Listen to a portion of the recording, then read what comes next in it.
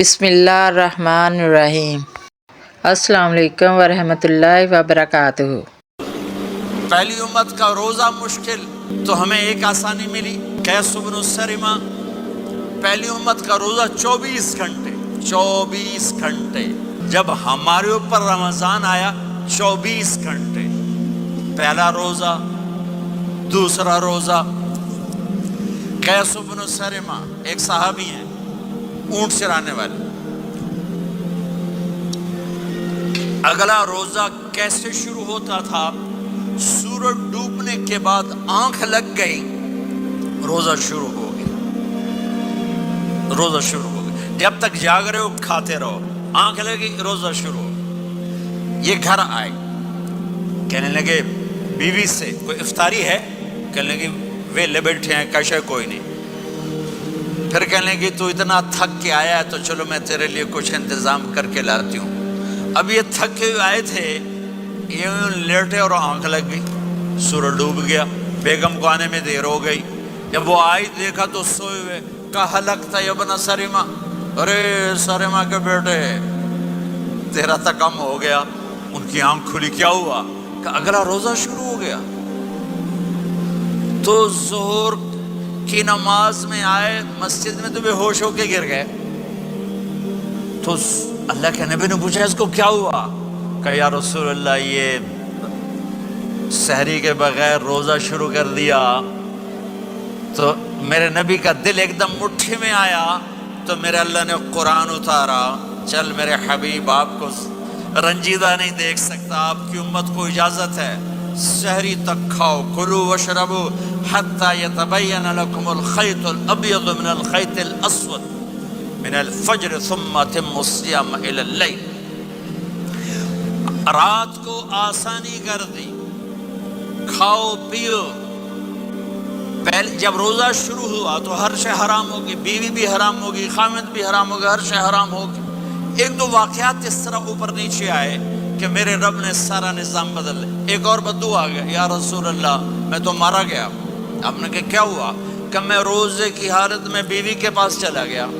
آپ نے کہا اچھا تو غلام آزاد کر۔ کہ میں غریب بندہ کہاں سے غلام آزاد کروں؟ آپ نے کہا تو پھر 60 مسکینوں کو روٹی کھلا۔ کہنے لگا میں آپ مسکین ہوں، میں کتوں روٹی کھواؤں؟ آپ نے کہا اچھا پھر 60 روزے رکھ۔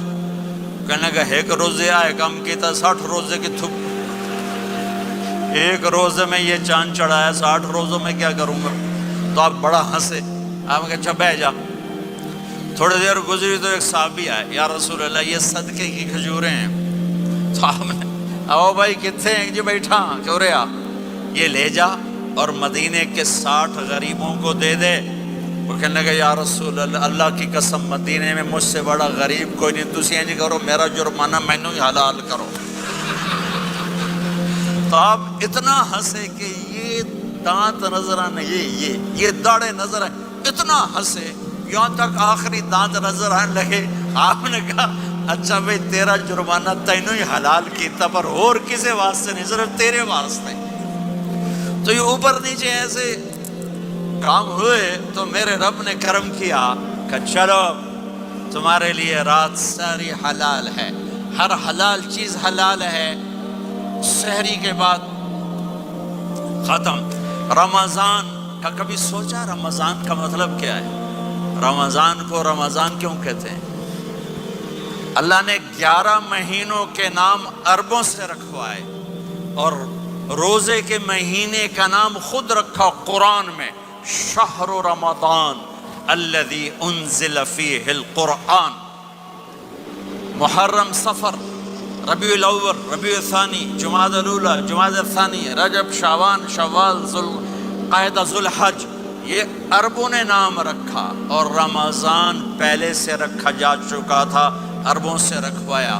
رمضان کے لفظ اور روزے میں کیا جوڑ ہے؟